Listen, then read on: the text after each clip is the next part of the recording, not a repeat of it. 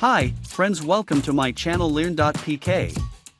Subscribe my channel to learn daily new things. Feature है वो बहुत ही बेहतरीन फीचर है जिसका यूज़ किया जाता है किसी भी टारगेट को कंप्लीट करने के लिए। जैसे एग्जांपल के लिए आप देखेंगे यहाँ पर हमने कुछ डेटा लिया हुआ है जिसके अंदर हमने कुछ प्राइस लिस्ट को ऐड किया हुआ है। यहाँ पर आप देखेंगे प्लास्टिक का जो प्राइस है 1000 है, पावर का जो प्राइस है वो 500 है, पीवीसी का प्राइस हमने मेंशन नहीं किया हुआ है, लेबर का चार्जेस हमने 400 मेंशन किया हुआ है। इन सभी को जब हम टोटल करेंगे तो यहाँ पर जो हमारा आंसर आएगा वो 1900 रुपये का आएगा। इस पर हमने सम का फॉर्मूला यूज़ किया हुआ है। अब मेरा जो टारगेट है वो टारगेट है 2500 रुपये का, यानी मैं चाहता हूँ यहाँ पर जो टोटल अमाउंट आना चाहिए वो 2500। तो पीवीसी का जो प्राइस होगा वो क्या होगा, यानी हमें टारगेट पता है कि इस पर क्या आंसर आना चाहिए, तो पीवीसी पाइप का जो प्राइस है वो क्या होना चाहिए। तो इसके लिए हम लोग यूज़ करेंगे गोल सिक्का। तो गोल सिक्के के लिए हमें करना क्या है, सबसे पहले टोटल वैल्यू को सिलेक्ट करके रखना है और इसके बाद हमें जाना है डेटा टाइप के अंदर। डेटा टाइप के अंदर आपको जाना है व्हाट इफ एनालिसिस और यहाँ पर आपको जाना है गोल सिक ऑप्शन के ऊपर। गोल सिक ऑप्शन पर जैसे ही आप क्लिक करेंगे तो आप देखेंगे हमारा जो सेट सेल वैल्यू है वो यहाँ पर सिलेक्ट हो चुकी है। टू वैल्यू यानी आपको कौन सी वैल्यू चाहिए, कितनी वैल्यू चाहिए, वो यहाँ पर आप अपना टारगेट बता दीजिए। तो हमने ले लिया टारगेट 2500 रुपये। 2500 रुपये टारगेट लेने के बाद यहाँ पर हमने ले लिया बाय चेंजिंग सेल, यानी बाय चेंजिंग सेल क्या होना चाहिए। तो हमने यहाँ पर चेंजिंग सेल ले लिया पीवीसी पाइप का, यानी यहाँ पर जो भी वैल्यू है वो इनपुट हो जाए और यहाँ पर हमारा जो डेटा है वो 2500 रुपये शो हो जाना चाहिए। जैसे हम यहाँ पर ओके पर प्रेस करेंगे तो आप देखेंगे यहाँ पर हमारी वैल्यू 600 ऐड हो चुकी है और यहाँ पर हमारा जो टारगेट था वो कंप्लीट हो चुका है। इसी तरीके से अगर आप इस टारगेट को चेंज करना चाहते हैं, जैसे मान लीजिए मैं यहाँ पर टारगेट अपना रखना चाहता हूँ 1800 रुपये, जिस तरीके से हमने यहाँ पर प्लस किया था उसी तरीके से यहाँ पर डेटा हमारा माइनस भी हो जाएगा। तो इसके लिए क्या करना है, आपको सेम उसी तरीके से टोटल को सिलेक्ट करके रखना है। व्हाट इफ एनालिसिस के अंदर जाना है, यहाँ से आपको गोल सिक सिलेक्ट करना है, टोटल वैल्यू आपको सिलेक्ट करनी है। टू वैल्यू के अंदर हम वैल्यू अपनी डाल देते हैं कि हमें कितनी वैल्यू चाहिए, तो हम दे देते हैं यहाँ पर 1800।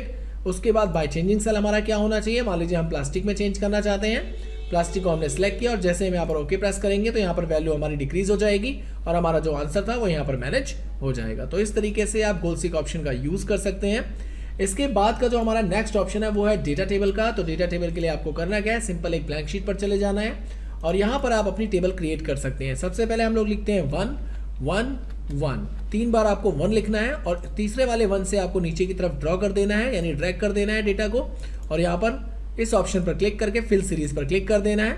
यहाँ पर आपको जो वैल्यू रखनी है वो 10 तक रखनी है, 11 को हम डिलीट कर देते हैं। इसके बाद आपको इस वाले 1 को यानी तीसरे वाले 1 को फिर से सिलेक्ट करना है और यहाँ से आप इसे जितना ले जाना चाहें उतना ले जा सकते हैं और उसके बाद यहाँ पर इसको भी फिल सीरीज कर देना है, यानी जितनी आप टेबल बनाना चाहते हैं उतना आप इसे ड्रैग कर सकते हैं। ड्रैग करने के बाद आपको क्या करना है, इस तीसरे वाले 1 पर क्लिक करना है सिंपली और इज इक्वल टू का यूज करना है।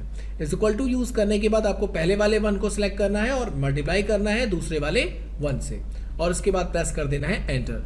1 इंटू 1 अगर हुआ तो यहाँ पर जो आंसर आएगा 1 ही आएगा, यानी 1 इंटू 1 1 ही होता है। और उसके बाद अब आपको क्या करना है, पूरा का पूरा डेटा इस तरीके से सिलेक्ट कर लेना है ऊपर के दोनों 1 को छोड़कर।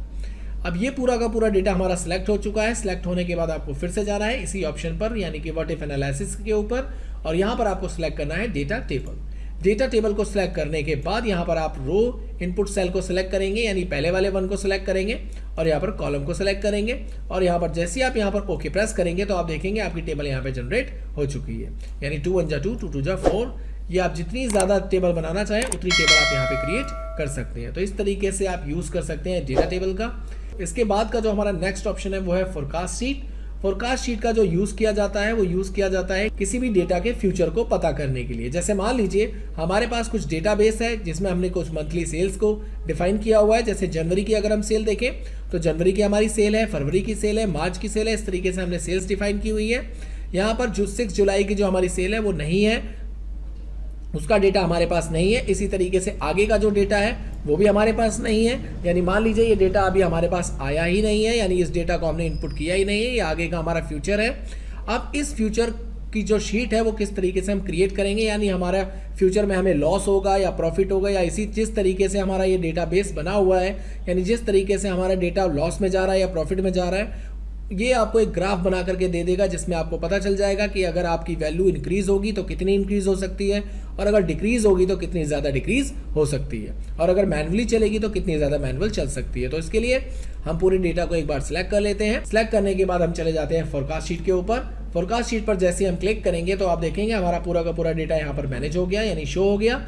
यहाँ पर आप देखेंगे हमारा एक ग्राफ बन गया है जिसकी मदद से हमें ये पता चल जाएगा कि हमारा जो डेटा है वो आगे आने वाला जो फ्यूचर है हमारा वो सीधे जाएगा या ऊपर ग्रोथ करेगा, और ऊपर ग्रोथ करेगा तो कितना ग्रोथ कर सकता है, और डिक्रीज करेगा तो कितना ज़्यादा डिक्रीज कर सकता है। तो इस तरीके से आप इसकी फोरकास्ट क्रिएट कर सकते हैं, फोरकास्ट शीट क्रिएट कर सकते हैं।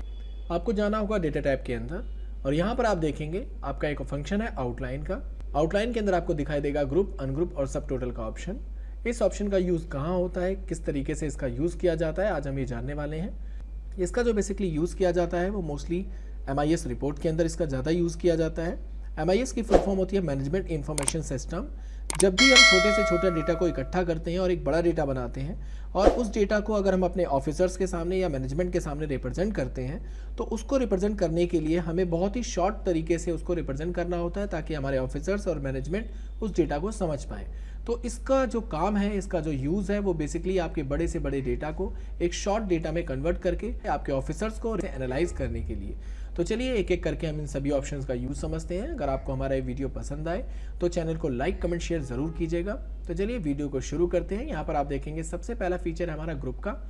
ग्रुप का फीचर हम कब यूज़ करते हैं, जैसे मान लीजिए हमारे पास एक डेटा है जिसमें हमने कुछ माउस लिया हुआ है, कीबोर्ड्स लिया हुआ है, UPS, SMPS और HP प्रिंटर्स लिए हुए हैं। मान लीजिए हम जो माउस है, माउस का एक अलग से ग्रुप क्रिएट करना चाहते हैं, तो इसको हमें सेलेक्ट करना होगा। ग्रुप को आप रो वाइज, कॉलम वाइज दोनों तरीके से कर सकते हैं। तो फिलहाल हम रो वाइज करके देखते हैं। हमने ग्रुप को सिलेक्ट किया, यानी हमने माउस के ग्रुप को सिलेक्ट कर लिया है, यानी जितना भी माउस का हमारा डेटा था हमने उसे सिलेक्ट कर लिया है। सिलेक्ट करने के बाद आपको सिंपली ग्रुप पर जाकर के क्लिक कर देना होगा। क्लिक करने के बाद आपके सामने एक ऑप्शन आएगा रो का और कॉलम का। आप इसे किस तरीके से ग्रुप करना चाहते हैं, रो वाइज या कॉलम वाइज। तो हमने ले लिया रो, और सिंपली आपको ओके पर प्रेस कर देना है। जैसे आप ओके प्रेस करेंगे तो आप देखेंगे आपके सामने यहाँ पर माइनस का निशान शो हो जाएगा। इस माइनस के निशान पर जैसे आप क्लिक करेंगे तो आपका जो डेटा था वो हाइड हो जाएगा, यानी जितना भी माउस का डेटा था वो यहाँ पर आपका हाइड हो जाएगा। आप देखेंगे हमारा एक डेटा हमसे छूट गया था, जो कि हमने अभी इसको ऐड नहीं किया था। तो इसको हम वापस से रिमूव करके दोबारा से ऐड करते हैं। इसके लिए हम यहाँ पर वापस से अनग्रुप पर क्लिक करेंगे। जैसे आप अनग्रुप पर क्लिक करेंगे आपका डेटा यहाँ पर रो वाइज अनहाइड हो जाएगा। तो हम पूरे के पूरे डेटा को वापस से सिलेक्ट करते हैं और उसके बाद वापस से ग्रुप पर क्लिक कर देते हैं और यहाँ पर ओके प्रेस कर देते हैं। अब आप देखेंगे जैसे आप माइनस पर क्लिक करेंगे आपका डेटा यहाँ पर हाइड हो जाएगा, और प्लस पर क्लिक करेंगे तो वापस से डेटा आपका यहाँ पर शो हो जाएगा। कॉर्नर में आप देखेंगे आपके सामने एक और फीचर है यहाँ पर हाइड और शो का। जैसे यहाँ पर माइनस पर क्लिक करेंगे तो आप देखेंगे आपका जो डेटा है वो यहाँ पर हाइड हो गया है, और अगर आप प्लस पर क्लिक करेंगे यहाँ पर तो आप देखेंगे आपका जो डेटा था वो यहाँ पर शो हो जाएगा। तो इस तरीके से भी आप इसे कर सकते हैं। इसके बाद हम और भी डेटा को ग्रुप या अनग्रुप कर सकते हैं। जैसे मान लीजिए हमने UPS को सिलेक्ट किया, और UPS को सिलेक्ट करने के बाद यहाँ पर हमने ग्रुप पर सिलेक्ट किया और ग्रुप को सिलेक्ट करके यहाँ पर ओके कर दिया। ओके करने के बाद आप देखेंगे हमारा जो डेटा है वो यहाँ पर ये भी ग्रुप में कन्वर्ट हो चुका है। इसको भी आप माइनस कर सकते हैं और इसको भी माइनस कर सकते हैं, यानी दोनों डेटा को आप यहाँ पर हाइड कर सकते हैं। और शो कराने के लिए आप जैसे ही प्लस पर क्लिक करेंगे आपका डेटा यहाँ पर शो हो जाएगा। तो इस तरीके से आप अपने डेटा को शो करा सकते हैं और हाइड करा सकते हैं। इसके बाद आपको इसे क्लियर करना है, यानी जो भी आपने ग्रुप या अनग्रुप किया हुआ है उसे क्लियर करना चाहते हैं तो पूरे डेटा को आपको सिलेक्ट करना होगा। सिलेक्ट करने के बाद आपको जाना होगा आउटलाइन के ऊपर, अनग्रुप के ऊपर, और यहाँ पर आपको क्लियर आउटलाइन पर क्लिक कर देना होगा। जैसे आप क्लियर आउटलाइन पर क्लिक करेंगे आपका पूरा का पूरा डेटा यहाँ पर क्लियर हो जाएगा। जो भी आपने ग्रुप या अनग्रुप किया होगा वो सब कुछ क्लियर हो जाएगा। Thanks for watching the video, and don't forget to subscribe to my channel learn.pk and hit the bell icon for new video notifications. Thanks.